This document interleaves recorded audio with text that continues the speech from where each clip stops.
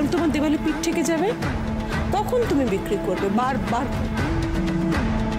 তবে হ্যাঁ, এখন যদি করে দাও তাহলে যা চাইবে সেটাই পাবে, তুমি গুছিয়ে নিতে পারো।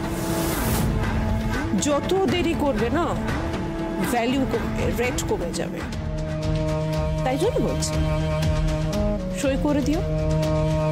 না, আমার কথাটা ভেবে রেখো, যত দেরি করবে না রেট কমবে।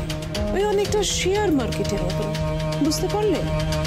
আশা করি বুঝেছো, রাইট? চলি তাহলে। আচল চলো।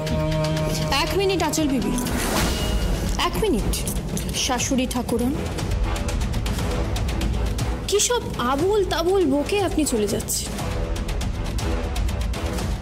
তা আমার স্বামীর রেট আপনি ঠিক করে দিলেন। আপনার স্বামীর রেট কত?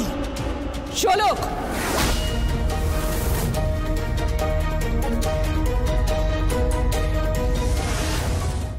আমার মেয়ে তো ঠিক কথাই বলেছে।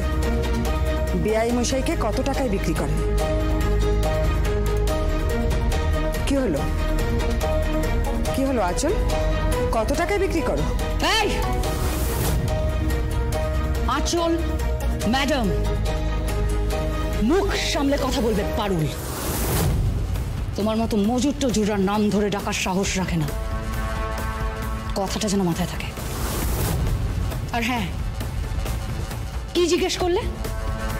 মাই ড্যাড, যার কথা তোমরা বলছো, সেই আদিত্য রাজ মুখার্জিকে কেনার টাকা এই পরিবারে নেই। Whatever, সার্থক যদি বিক্রি নাও হয়, ওকে ছিনিয়ে নিয়ে যেতে পারি, কিন্তু সেটা করব না। কেন জানো? কারণ তোমার অবস্থার কারণে।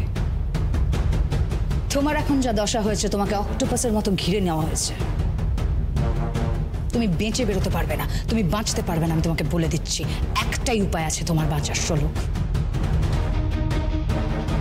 সার্থককে বাড়ি পাঠিয়ে দাও, সেখানে ওর বিয়ে দেব আমরা রানীর সাথে। ওটাই ওর ডেস্টিনি। আগে কি বললেন? নাথিং, ছাড়ো। মম, লেটস গো। এদের সাথে কথা বাড়িয়ে তো কোনো লাভ নেই, সময় নষ্ট হবে। চল। ও আর হ্যাঁ,